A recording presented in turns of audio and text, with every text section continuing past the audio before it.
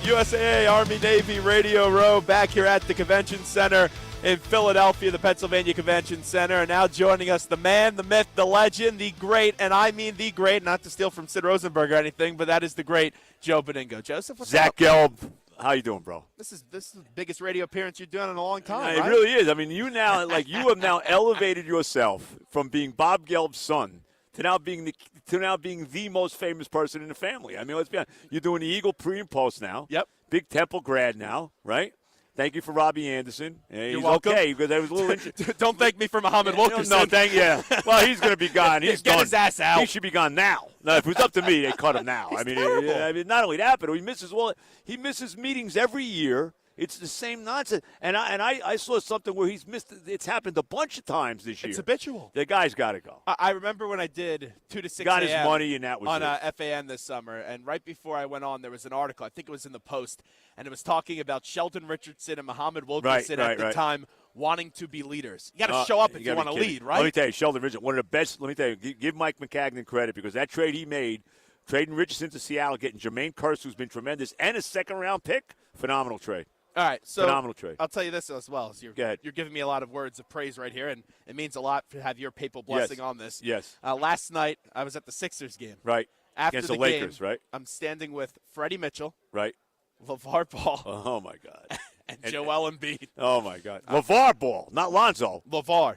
Oh, my God. I'm trending in Philly, LeVar L.A. Ball. I'm trending everywhere today. Chicago. He's got his act together, doesn't he? And then Embiid comes up. The video's got 1 million views on Bleacher Report right now. I'm telling you, Zach, you're going to be big, man. We're trying. I'm already big. Hey, who knows what happens if the new afternoon show don't make it? Who knows?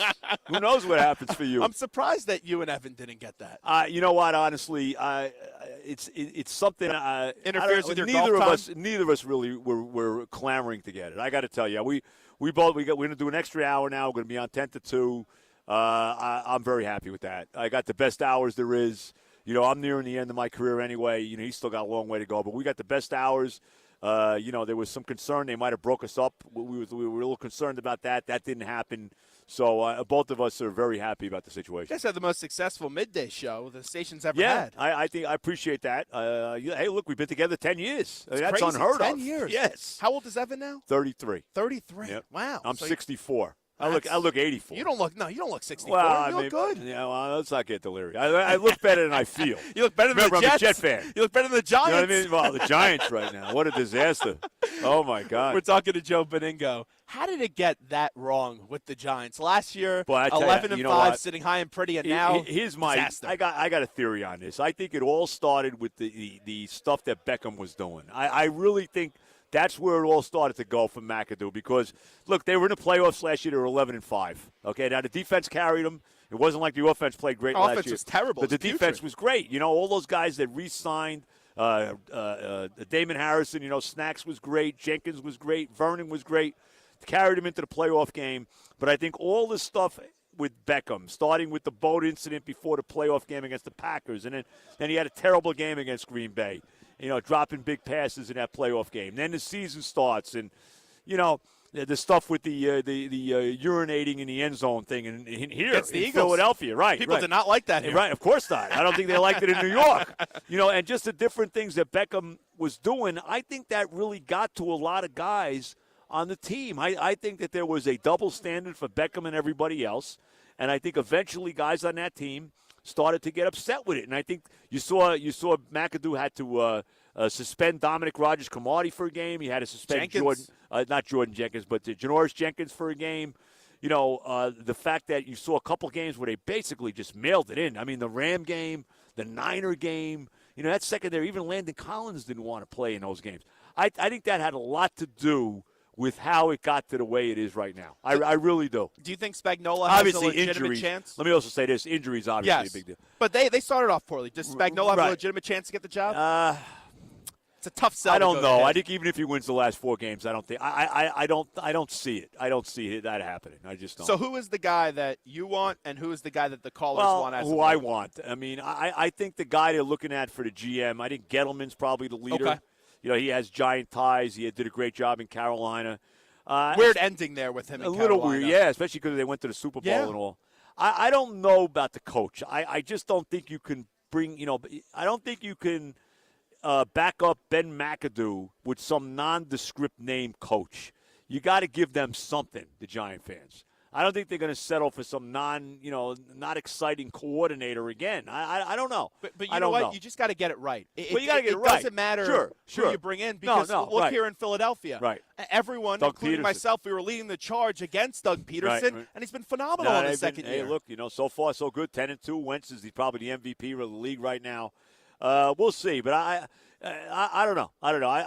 Everybody talks about Bill Cowher. I don't know if Bill Cowher wants to coach anymore. Why would you, if you're a coach that's already won, like Gruden too, and you have this job that pays you, you can only very go well, one way, and that's back down. Why leave? I'm with you. With you no pressure, do TV making a once lot a of money with no pressure. Yeah, exactly. So I don't see that happening.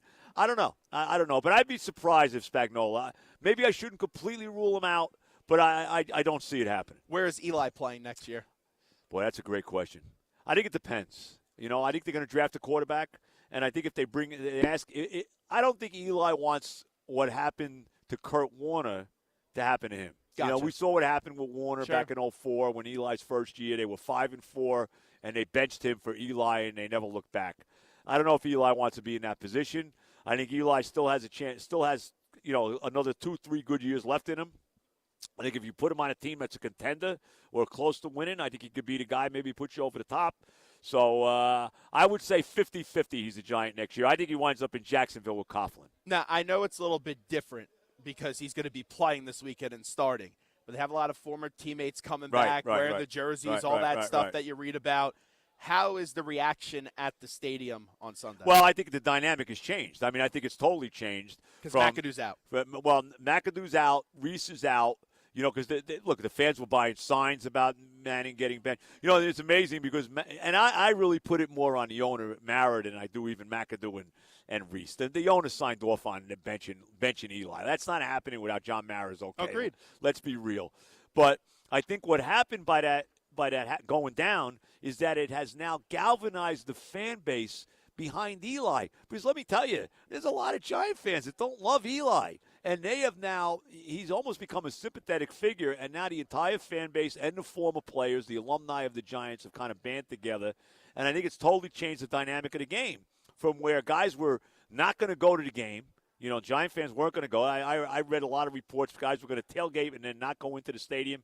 I think that's all changed now. I think there'll still be a lot of Cowboy fans there because there always is. You know that. Cockroaches. Always. Well, New York's loaded with Cowboy fans. There'll be a lot of them there.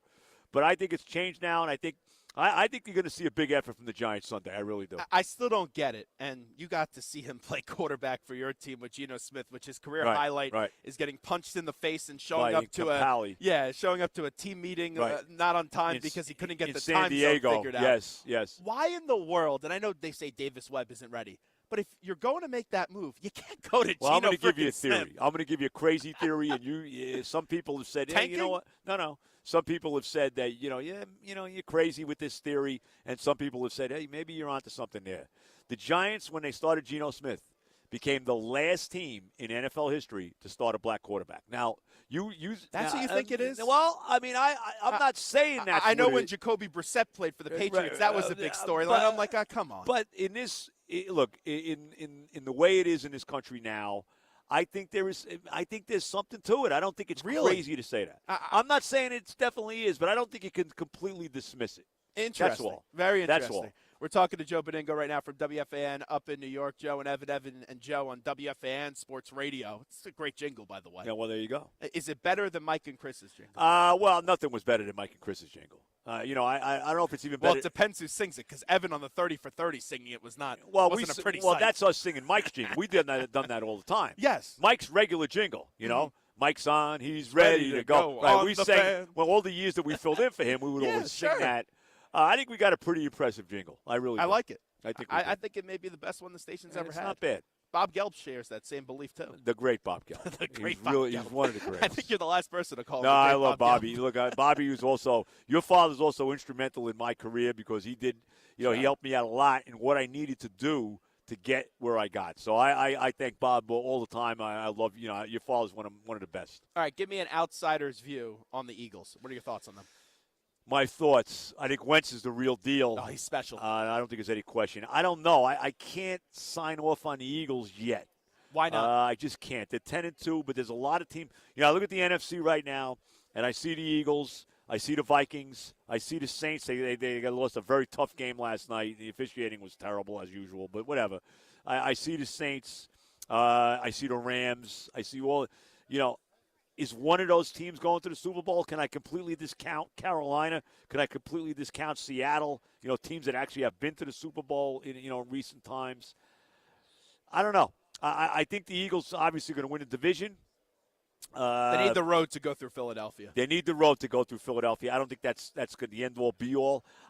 When I see a team that's an up and coming team that has not really been a playoff hardened team over the last number of years, I got to see them do it in that scenario.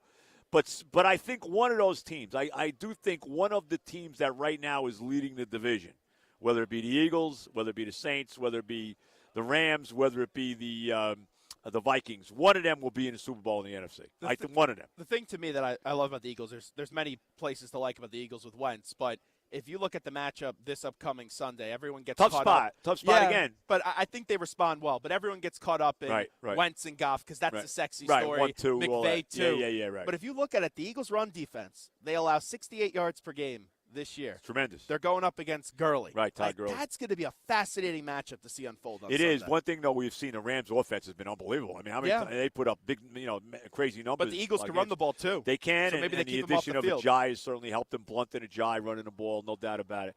Look, I need to see. I felt they would lose last week in Seattle, especially when I saw Seattle getting points at home. That always, look out. 5.5 too. Right, that was a I thought they were going to cover. To be crazy, fair, crazy skewed number for a guy that's on the outside looking in. Let me see them beat the Rams in L.A. this week. They'll show me a lot if they do. All right, and one more thing. Let's get back to the Jets. Oh, the pain. Yep, much You're pain. a Jets team, which actually. They still should be better than they are. Do you call this a good year for the Jets? Well, they should be better than they were.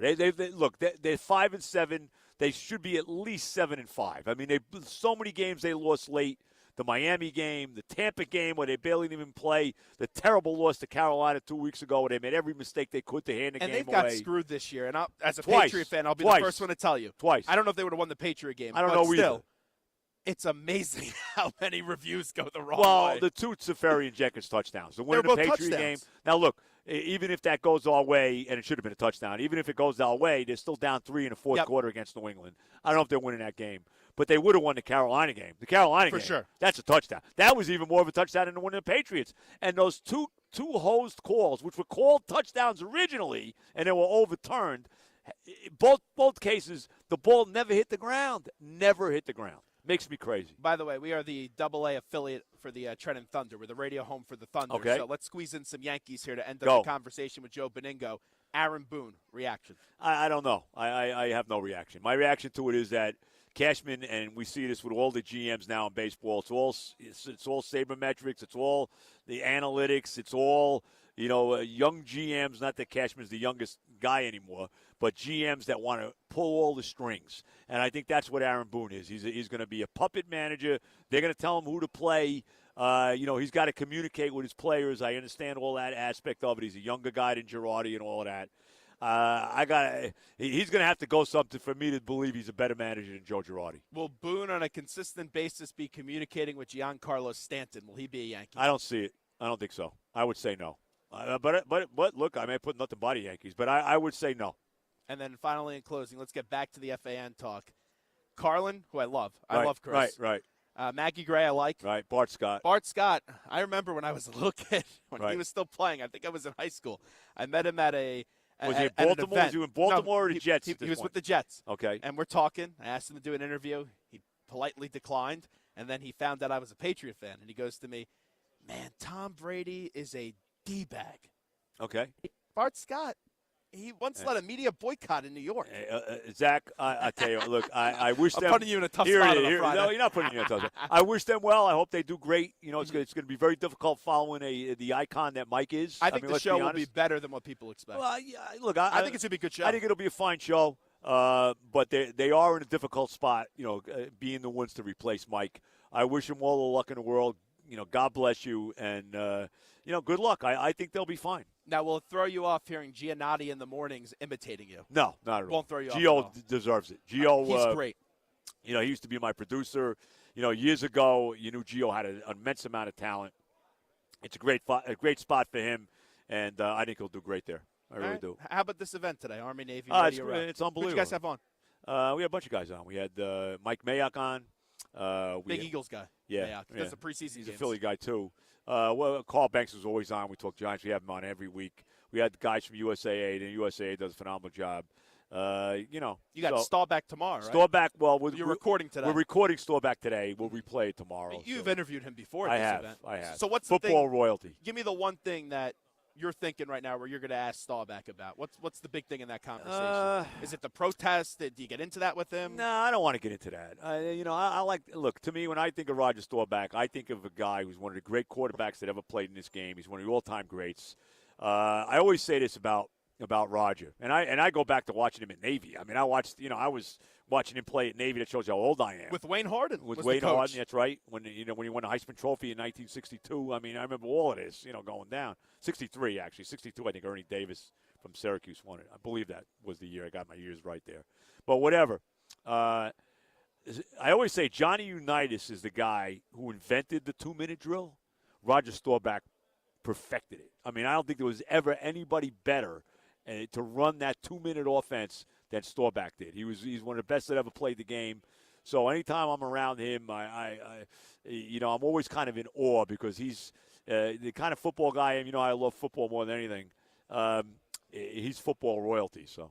Let me just, in closing, with Joe Benigno, since you have a lot of clout at WFAN How these much days. clout I have? No, I still have a job. Yeah, the key card still works. You undersell That's all yourself we know. a little bit sometimes. You know what I mean? Now you sound like McAdoo. Please, what are you going to – come on. Well, I mean, stop it. I just signed a 3-year deal, though. So if they want to fire me, they still got to pay me. So that's fine if they want to do that. I'm just saying, next time Evan takes off, I think you should go into Chernoff's office and demand that I be the fill-in. Is that what I should do? I think that's what you should do. Zach, you're a young guy. You're just 2 years out of college. Your career is ahead of you. You're going to be a big star somewhere. I appreciate it. Thank you. You're going to be a big star somewhere. I hope so. Who knows? From your lips to God's ears. There you go. Right, exactly. You sound like me now. Yeah, I do. All the love, Joe. I know, before you let me go, I got to ask this question. Mm-hmm. Is there any way the Patriots – because I've heard that you have a little affinity for the Patriots. Is there any way the Patriots are not in the Super Bowl this year? In the Super Bowl. In the Super Bowl, the only competition is Pittsburgh. Yeah, there's no competition. Troy Brown's they still beat them running all the time. That punt return. No I was at the game last year. Ty Law with the interception, if I remember correctly. Yeah, and then even when they were 15-1, too. Yeah. And they went into Heinz Field and won. Yep. I don't see – if Pittsburgh's the only team, I think they'll be in Minneapolis. I don't know if they're going to win it this year because the defense is playing better, but I'm still skeptical about the defense up against a good offense. I wouldn't bet against them, I can tell you that. That's true. Maybe Ray Martell used to tell me it originally started with 3 fingers to you. Then I progressed to 4, now 5. Well, I go back to maybe we go to 6. Well, I tell you, Ray and I go back to the days when they stunk. It's not really. I grew up in a good era. You did. My good era. My first year was seeing Drew Bledsoe as the quarterback. He got hurt by Mo Lewis, and then it's all history. That changed it all for you guys. Yeah. Of course, it was my team that did it. I saw them when they were 5-11. That's the first time I remember watching That was Bill's first year, 2000. Mm-hmm. They were 5-11. Everybody they were thinking if he was going to be fired. And now he's the greatest coach that ever lived. That's why you need patience in with this the greatest quarterback that ever lived. Yeah, sure. And maybe the greatest NFL dynasty we've ever seen. When you Yeah. consider that I don't know how you get much better than that. I don't see it either. For what they've done over the last 16, 17 years, and the fact that they really have done it with so many interchangeable parts, it's quite a credit to what Belichick's been able to do. It is, though. And last thing, the Gronkowski hit, I'll be the first one to say. Cheap shot. Was disgusting. But what does it matter? They don't need Gronkowski. They need Gronkowski to win. No, they needed him last year. But you know what the fear is? What? They're going to want retaliation. The Bills, when they play, I think it's December 24th, 25th, whatever. It would not surprise me if Bill says, Gronk has an arm injury. He's not going to play in that one. I can see that. Would not surprise me. They won't need the game anyway. What's the difference? No, but he's got to be on the field. Yeah. You know, Bill, the 60 minutes, he's crazy good. Yeah, I know. I understand. You could play tight end for the Pats and they're winning. Yeah, okay? I'd score 3 touchdowns.